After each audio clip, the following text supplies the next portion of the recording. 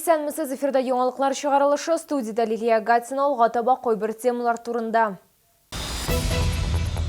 Яңа елга яңа торак ишолыда социаль ипотека программасы буенча чираттагы йорт тапшырылды. ГЭС бистәсенең 3-нче комплексында яшәүчеләр өйгә караңгыда кайтырга мәҗбүр. Моның сәбәбе нидә? Татар драма театры кабат сөендерә, труппа премьерага әзерләнә. Шәһәрдәшләрне нинди спектакль көтә?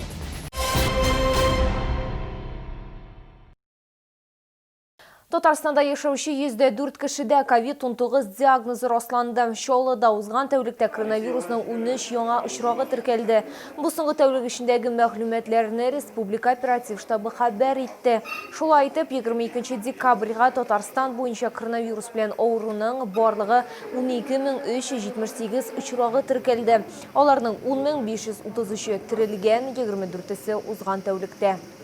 Яңа елга менә дигән бүләк Чаллыда социаль ипотека буенча чираттагы йорт тапшырылды. 5 подъездлы 180 фатирдан торган 63-23 йортын 1 елдан артык төзеделәр. 63-нче комплексның 2-нче чираты яңа гаиләләр белән тулыланган яшь перспективлы микрорайон булып исәпләнә. 63-23 йортынан фатирларга 180 чаллы гаиләсе ия булды. Алар бюджет өлкәсе һәм чаллы предприятиеләр хезмәткәрләре, табиблар һәм КАМАЗ эшчеләре. Алар арасында 2-нче санлы шәһәр хастаханәсе хирургы Айнур Шәмсетдинов гаиләсе дә бар. Бикшот, квартира шәп, җылы, якты, матур, кирдә яшә дигәндәй. Без Бикшот. Дәүләт Галиевлар гаиләсе социаль ипотеканың яшь гаилә яңа программасы буенча фатир алдылар. 63-23 йортында яңа программа буенча 6 гаилә фатирлы булган. Выигранная квартира чыккач, инде без аңа бик сөендек. Потому что без бер бүлмәле квартирада 4 кеше яшидек. Хәзер Алла бирсә, монда күчәрбез дип уйлыйбыз инде. Мәктәп садик бар, садикны нәтиҗәләр. Яшь гаиләләргә ярдәм итүнең яңа чарасы социаль ипотека буенча ташламалы шартларда фатир алу мөмкинлеге 2020 елның июленнән гамәлдә ашырылган. Әлеге программа ярдәмендә республиканың барлык яшь гаиләләре дә фатир ала алалар. Тик шунысы шарт гаиләдәге ир яки хатынның яше 35-тән дә узмаган булырга тиеш.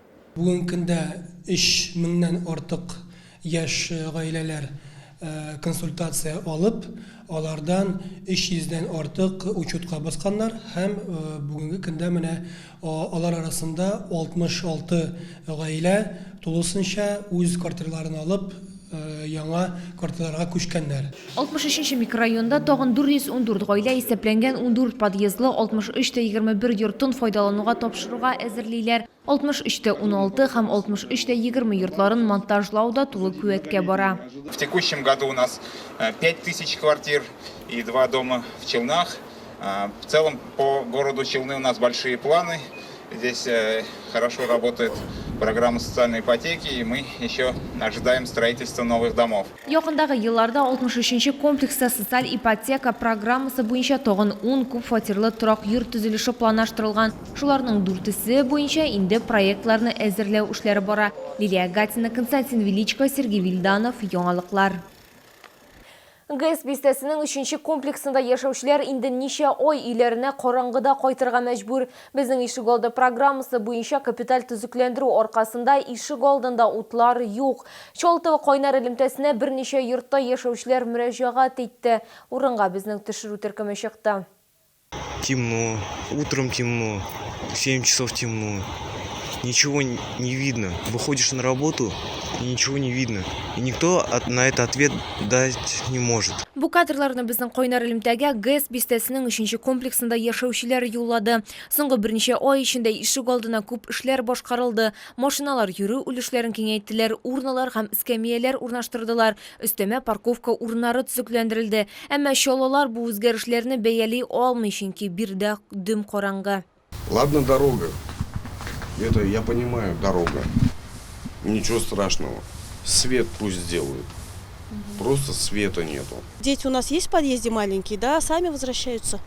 Темно, ну вот маленьких дети родители водят, а сами так уж с фонариками ходим, как получится. Ут кайчан барлыкка киләчәк? Әлеге сорау белән без стратегик проектлар белән идарә итү департаментына мөрәҗәгать иттек. Около дома 3/43 действительно отключали электричество.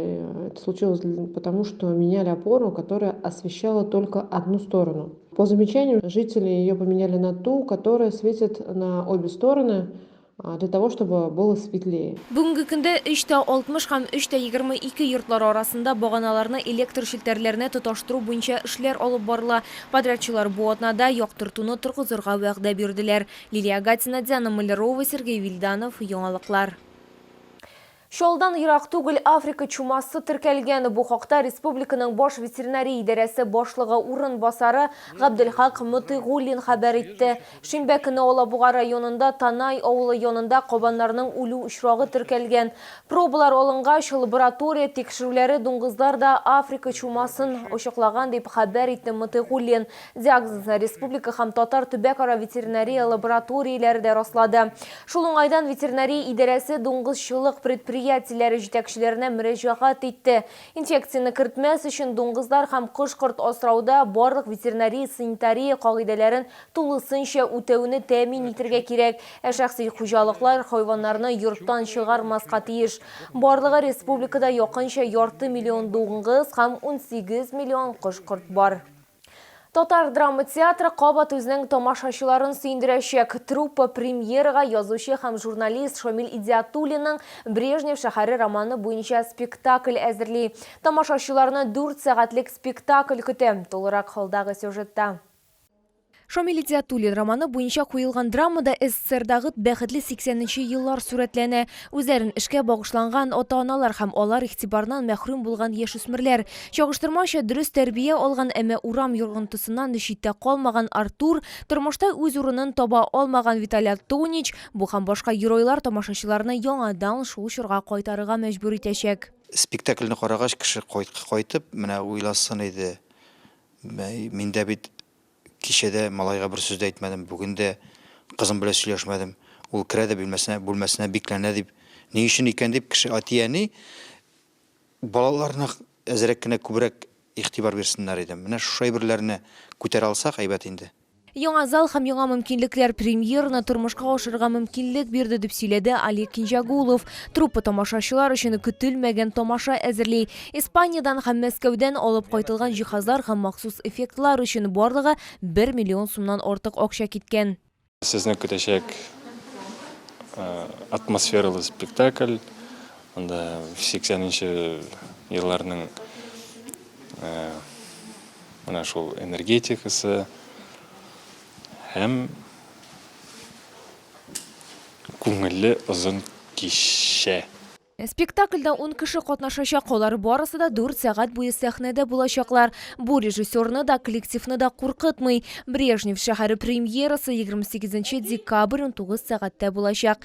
Лилия Гатина, Айдар Мусин, яңалыклар. Бу сезгә җиткерәсе соңгы мәгълүматыбыз иде. Мин Лилия Гатина сезнең белән сау булашам. Исән-имин булыгыз.